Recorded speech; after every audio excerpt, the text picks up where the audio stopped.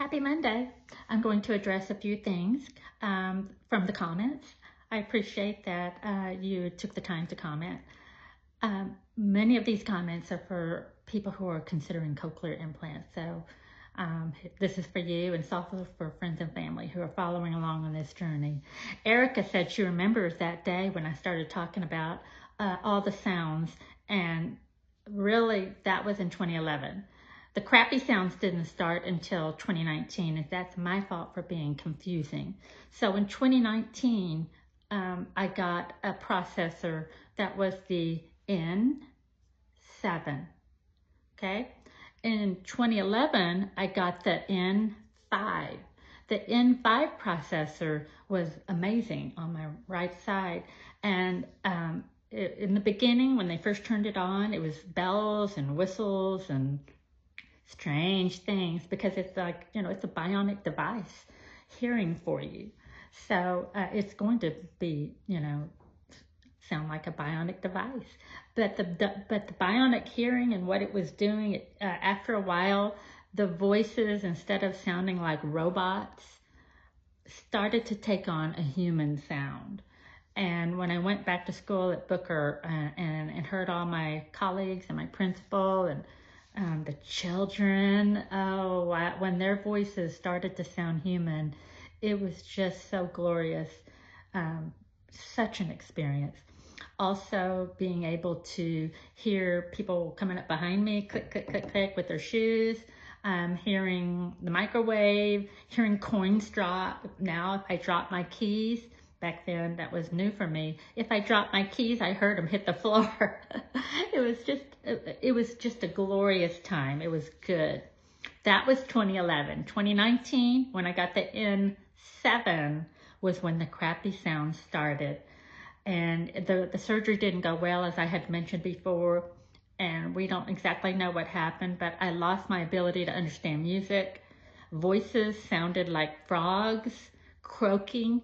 I even remember scolding my mother, kind of in a fun way, when she was visiting me, telling her she needed to take some medicine so her voice would sound better. And this was right after the surgery, so I kept thinking it was going to get better.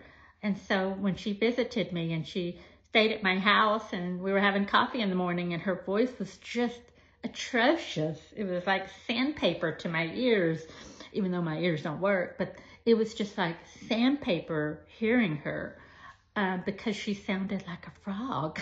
She had 3 different sounds coming out of her mouth. And anyway, so I realize now that it wasn't her voice, it was my processors that made her voice sound so bad.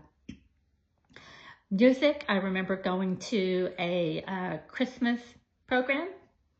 Now, my husband and I, and it was, lots of music, lots of activity, and the music was atrocious. It literally made me sick, and I'm not just saying that figuratively. I started to feel sick. I got a headache.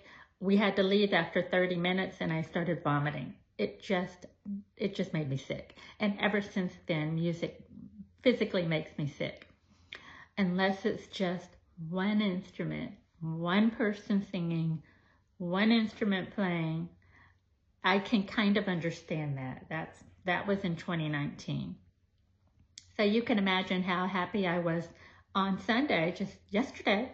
I went to church and I was able to understand the music. It was just glorious. I was able to hear the grand piano in addition to the singers and the drum at the same time. And that round thing, I heard that.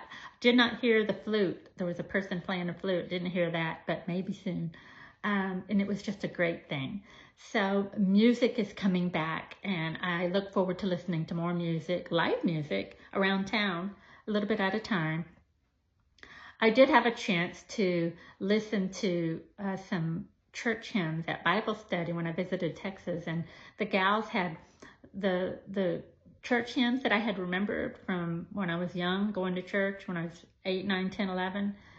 Well, I remember some songs, and they played those songs so I could sing along, and it was just a happy time for me. So that was just about a month ago, and it really whet my appetite to be able to hear music again. Even though I couldn't really hear it when they were playing it on the screen, at Bible study, I remembered what it sounded like and I was able to sing along. That's called auditory memory. And so it was just all good. Um, got another comment about when my hearing loss started. That was from Laura, because I've known Laura since junior high, I believe. She lived around the corner from me. And so we don't know. It might be birth.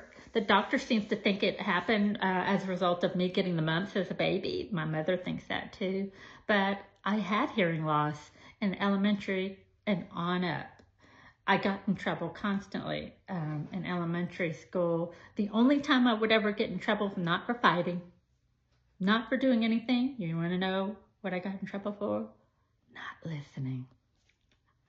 I got in trouble for not listening, and it always had to do with me not even hearing the directions.